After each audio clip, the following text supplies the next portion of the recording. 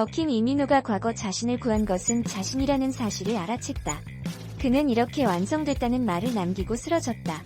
지난 30일 오후 방송된 SBS 금토 드라마 덕힌 영원의 군주에서는 이곤이 과거의 자신의 모습을 기억하고 쓰러지는 모습이 그려졌다. 이날 이곤은 구서령의 몸에 나타난 표식을 발견했다. 구서령은 이곤의 방을 나간 뒤 정태일과 마주했다. 정태일 역시 구서령의 목에 나타난 표식을 발견했다.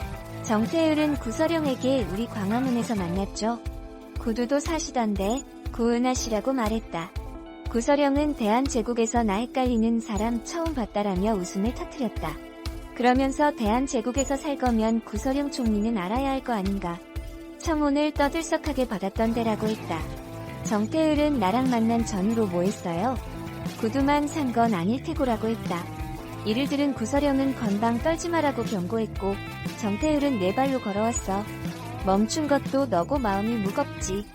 죄책감이란 게 그렇게 무거운 거야 라고 했다. 정태일은 곧바로 이곤에게 달려갔다. 이곤은 정태일에게 미안한데 먼저 자고 있어. 국과수 부검이가 역적 김기환에게서 표식을 발견해서 가봐야 해라고 말했다. 정태일은 그 표식 구서령한테도 있는 거 알아? 라고 물었다. 봤다고 말한 이곤에게 정태일은 구서령을 대한민국에서도 봤거든. 방금 확인도 했고라고 설명했다. 이어 이제 내가 아는 것도 구서령도 아는데 괜찮을까?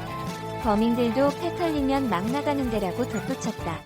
이곤은 내가 막 나가면 날 이길 자는 없거든. 나한테 맡기고 쉬어라고 했다. 정태일은 알아. 나 노출돼서 좋은 거 하나도 없다는 거리라고 말했다. 이곤은 은석군 데리고 같이 올게라고 전했다. 이곤은 국과수 부검의 김주현을 만나 표식에 대해 물었다. 김주현은 이곤에게 이전에도 본 적이 있는 흉터입니다. 사실 그간 아무도 믿어주질 않았습니다. 제가 11년 차인데 3건의 부검에서 같은 흉터를 봤습니다. 오늘처럼 비가 오는 날에만요. 그 3명 다 존속 살해로 형을 살았던 공통점이 있습니다라고 답했다. 이곤은 같은 케이스가 더 있는지 확인 바랍니다. 찾아야 할 답이 있어서요 라고 설명했다. 이곤은 자신을 죽여야 생기는 표식 그게 뭘까라고 생각했다. 이후 정태일은 이곤에게 이름의 대나무 숲에 대해 알아본다고 했다. 이곤은 차원의 문이 열리는 순간 시간이 멈춰. 횟수가 거듭할수록 멈추는 시간이 더 길어지고 있어. 이젠 1시간도 넘게 멈춰라고 말했다. 정태일은 시간이 그렇게 오래 걸린다고? 그 시간 동안 당신 혼자겠구나라고 위로했다. 이곤은 정태일에게 몇 번은 자네가 함께 있었어라고 했다. 정태일은 우리에게 방법이 있긴 한 걸까? 이걸 되돌릴 방법이? 라고 물었다. 이곤은 시간이 멈추는 건 십적이 반으로 갈라져서 단쪽짜리 힘만 쓰게 되는 거니까 생기는 균열 같아. 그러니 어쩌면 다시 하나가 되면 괜찮아지지 않을까? 라고 되물었다. 정태일은 어떻게 다시 하나가 되는데? 이름이 가진 걸 뺏거나 당신이 가진 걸 뺏기거나 둘 중 하나겠구나라고 답했다. 이곤은 반쪽을 손에 넣기 전에 그걸 맞거나 그 문 안에 시간의 축도 있다면 가능해져. 그럼 25년 전전의 신분증을 주운 게 설명이 되거든이라고 설명했다. 이후 정태일은 평행세계인 대한민국으로 돌아왔다. 아버지인 정도인과 마주해 자신을 걱정했냐고 물었다. 그러나 정도인의 말은 달랐다. 매일 집에 있었으면서 무슨 말이냐고. 정태일이 없던 대한민국의 집에는 루나가 있었다. 정태일은 정도인의 전화로 루나에게 전화를 걸어 만나자고 했다. 루나는 지금 너나 만나면 죽어. 안 만난 걸 감사해라고 했다.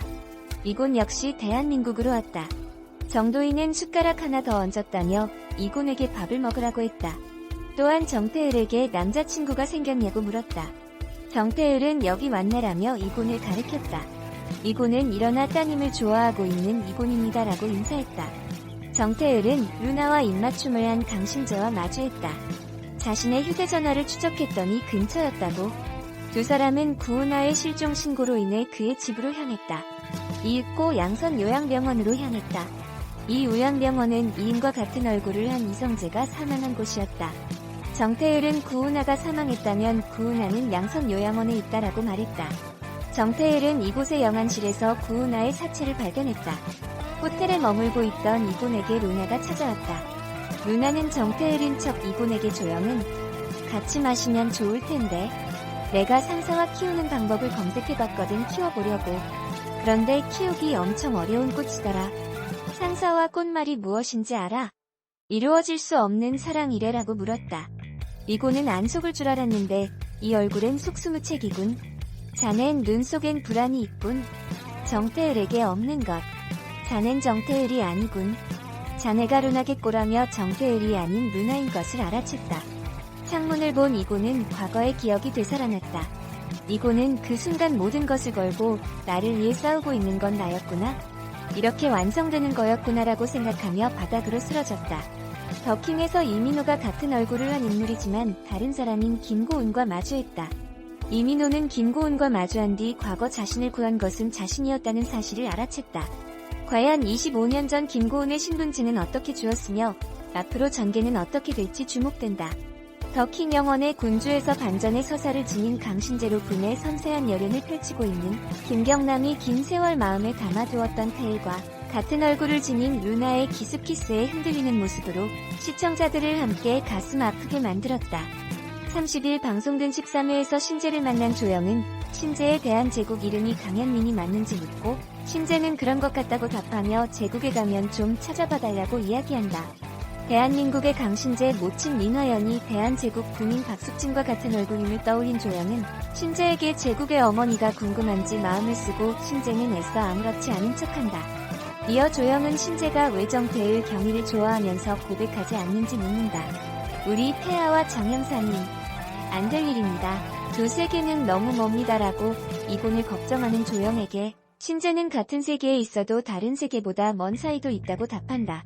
오랜 세월 태을의 곁에 있었음에도 좋아하는 마음을 꽁꽁 숨겨둔 신재의 고뇌가 드러난 부분, 그리고 한동안 사라졌던 태을과 조우한 신재는 태을이 어딘가 이상한 것을 느끼고 괜찮아?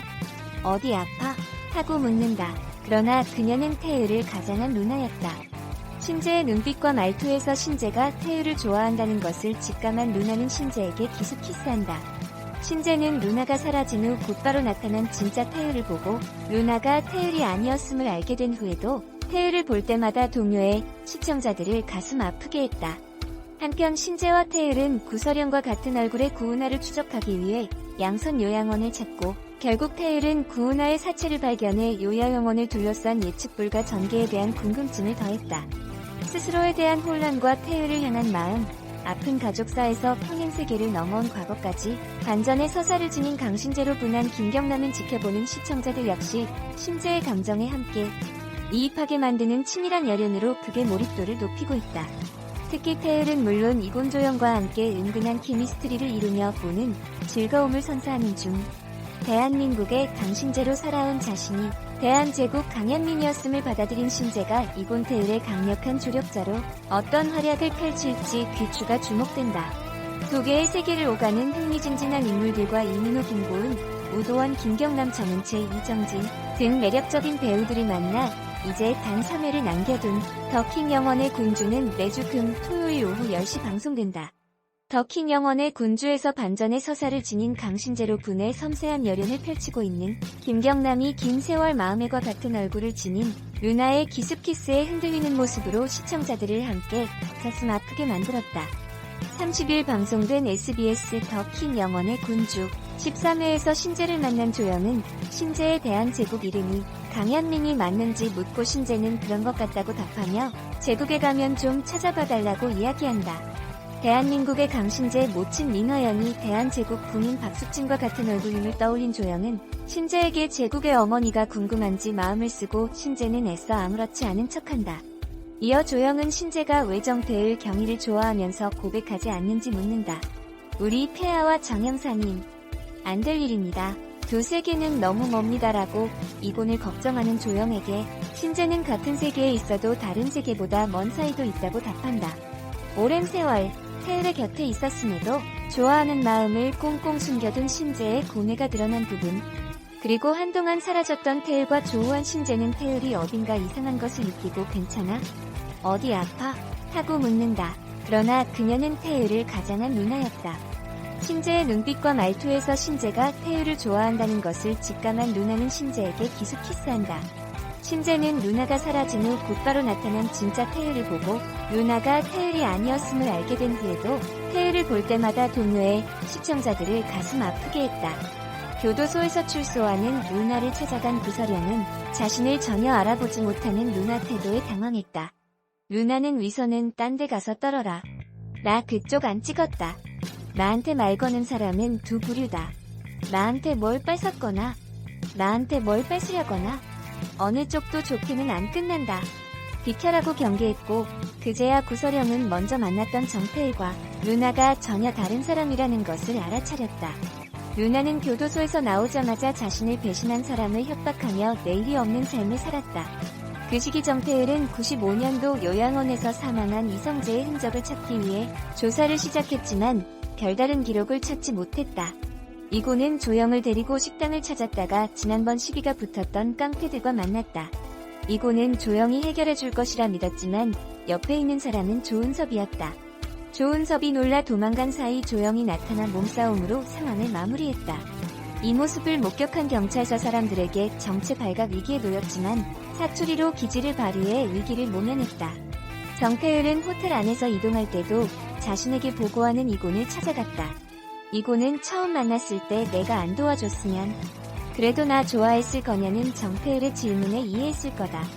이해하다 좋아했을 거다라며 정태일을 감쌌다. 정태일은 시간이 아주 많이 흐른 뒤에야 알았다. 운명의 우연은 없다는 걸. 운명은 스스로의 선택이지만 그중 어떤 운명은 운명이 우리를 선택하기도 한다는 걸. 지금 이 순간에도 일어날 일들은 일어나고 있었고 이런 일상도 잠시 일거랑 슬픈 예감도 잠시 들었는데 나는 나를 선택한 나의 운명을 사랑하기로 한다고 생각한 뒤 이곤에게 사랑이라고 말했다. 이곤은 기쁨을 감추지 못하며 나도라고 답했다. 강신재는 유치장에 붙잡혀 있는 엄마를 만났다. 강신재는 엄마에게 더는 망가지지 말아달라고 부탁했다. 강신재 엄마는 과거 강신재가 아팠던 일을 언급하며 너는 엄마한테 기적의 아이다라고 말하며 용서를 빌었다. 그때 강신재 엄마와 똑같은 얼굴을 한 사람이 강신재의 사진을 몰래 보며 눈물을 흘렸다. 조영과 식당에 들른 이고는 자신을 알아보는 식당 주인을 보고 그가 대한민국 사람이 아니라는 것을 알아차리고 조영에게 무조건 그를 붙잡으라고 지시했다. 이고는 목숨에 연연하지 않는 그의 행동을 보고 훈련을 받은 이리의 사람이라는 것을 눈치챘다. 이고는 이림의 연락을 기다리는 휴대폰을 뺐고 그에게 죽음을 선택하라고 명령했다. 이성재에 대해 조사를 한 정태일은 이곤을 만나 그의 가계도를 설명했다.